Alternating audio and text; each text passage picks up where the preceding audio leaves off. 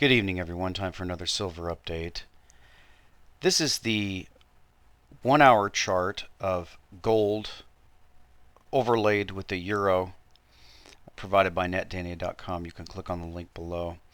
Now, I've drawn in a couple of trend channels here. This lower trend channel is the primary trend channel for gold. There's an upper trend channel as well. So the big one is a channel you can see we're near the bottom. This trend channel here is actually the downtrend in the euro. Now, what is significant about this is that yesterday and today the euro begins seriously breaking down.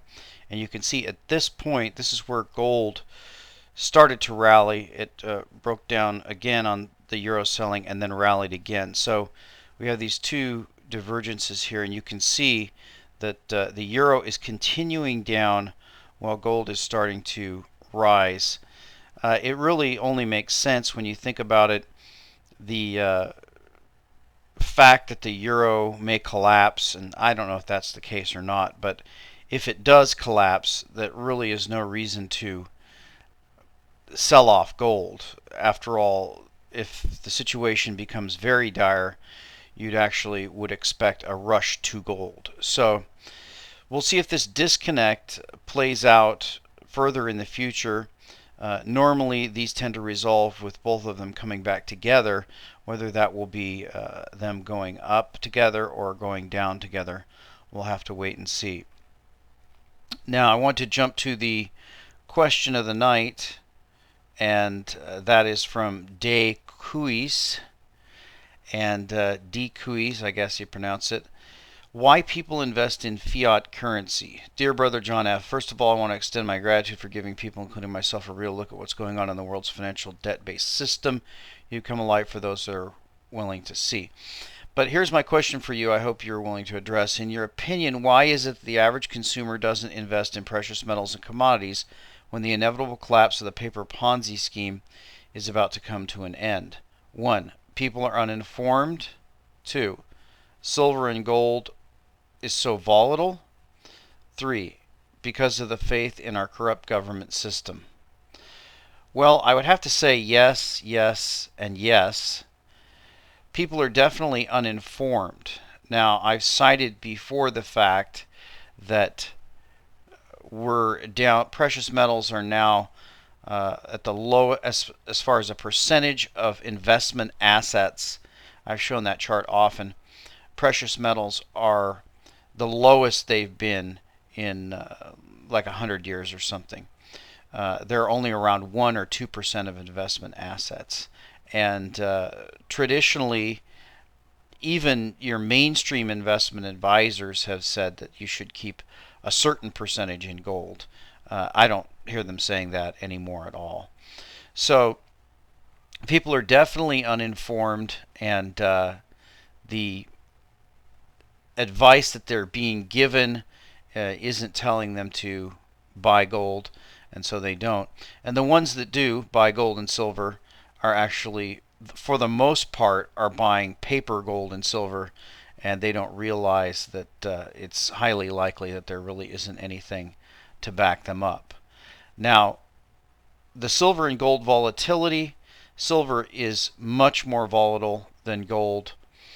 That may be, well, some will explain it as the fact that there's so much gold available, and that's, of course, the FOFOA argument as to why gold is going to be the new money and silver won't be, because there's not enough silver out there, and that makes it volatile. I don't actually believe that's the case.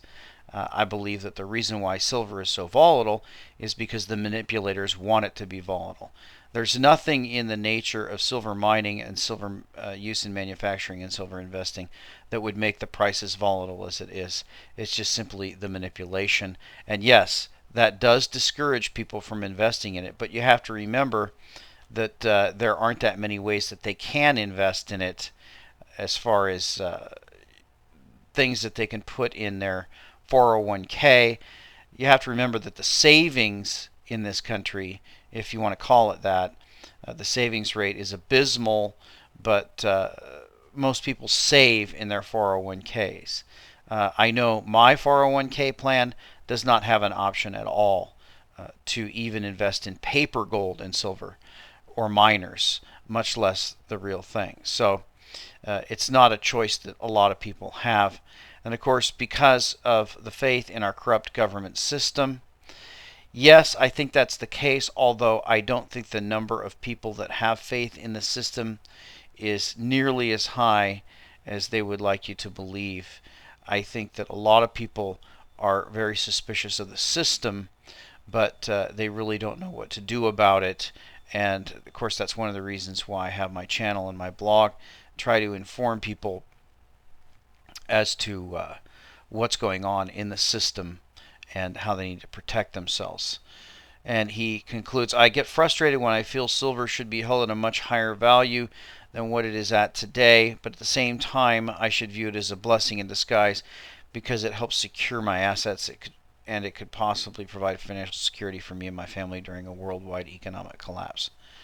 Absolutely. It is a deflationary hedge against collapse, but contrary to what a lot of people say, and a lot of people actually do believe, I'm not one who's rooting for economic collapse. I don't look forward to an economic collapse, nor do I desire one. And in fact, I think that a worldwide economic boom would actually benefit silver more than a collapse would, because I think that a boom would cause the technology to spread across the entire globe, and the demand for silver would just absolutely skyrocket. And I think that the price would go crazy because of that. But also, silver is a deflation and a collapse hedge. So it's actually gold and silver are the perfect assets. Physical gold and physical silver are the perfect assets to protect yourself from a rise in the economies, or a boom or a hyperinflation, but also to protect you from a deflationary crash, spiral, or default. Now I want to touch upon the LIBOR thing a little bit. This is an infographic that was posted at Healthcare Administration, and it is kind of an easy way for people to understand the Barclays LIBOR scandal. And if you remember last night, I covered the Loco London. So I don't think it's a coincidence that we're seeing these London-based scandals erupt in the news. Now, I wanted to clarify some more about this LIBOR thing. You can see they explain to us the 18 banks send in 11 a.m. They throw out the top and bottom. We already covered that. And it's important because they're basing various interest rates and loans, roughly, I think they say $600 trillion, or whatever the market is. Now, this is the main thing I wanted to look at tonight. This barometer here, or this LIBOR evolution line, is interesting because they point out some events as they coincide with the changes in the LIBOR rate. Now, this one here has more detail, so I'm going to look at that one here. And you can see here that one that they note is, after a call from Mr. Paul Tucker, official at the Bank of England, Bob Diamond, head of, that's interesting, they called it Diamond, head of investment banking division at Barclays, the estimate started lowering. So, and then here you have a Barclays employee told the New York Fed that LIBOR rate was being fixed at a level unrealistically low. And then, of course, you have the statement on the 17th by Federal Reserve Chairman Ben Bernanke. He told a Senate committee that the LIBOR system was structurally flawed, and said that he still did not have full confidence in the system. So you can see here, this was a call from the head, or an official at the Bank of England. And so the way this story is being spun is we have these rogue bankers who are rigging interest rates to make a huge profit. But of course, I don't think that's the real story, because the people who have the incentive to rig the interest rates, of course, are the central banks. And the people rigging interest rates around the world are the Federal Reserve. And, of course, you've got the Bank of England. So to try to blame a bunch of bankers who, by the way, I think they allude to it here, that there was a point here during the financial crisis of 2008, LIBOR rates spiked as banks became fearful of lending to each other, and interbank lending froze up. Now, if you remember back in 2008 when interbank lending froze up, it certainly is going to be a larger move in LIBOR, if this is accurate, than from 3% to just below 5%. That's ridiculous. They weren't lending to each other at all. So the question is, who gave them the call and told them to lower their rates when their rates should have been infinity? They weren't lending at all because they were all afraid of insolvency. So it's pretty obvious that it was the Feds, the Federal Reserve, the Bank of England, the government agencies who are artificially suppressing interest rates to this very day. It seems to me very clear that they're the ones that are actually behind LIBOR. And I'm not saying these banks should get off scot-free. They shouldn't. But I think the main emphasis and the main investigation into corruption should be the investigation into the Federal Reserve and then, of course, the Bank of England. And I think with the stories that are breaking, LIBOR, and then, of course, the London scandal with gold and the Chinese, I think that it's becoming clear that London is in the crosshairs of someone, whoever is pulling the trigger on that. And I wanted to talk about that story, and this is actually covered by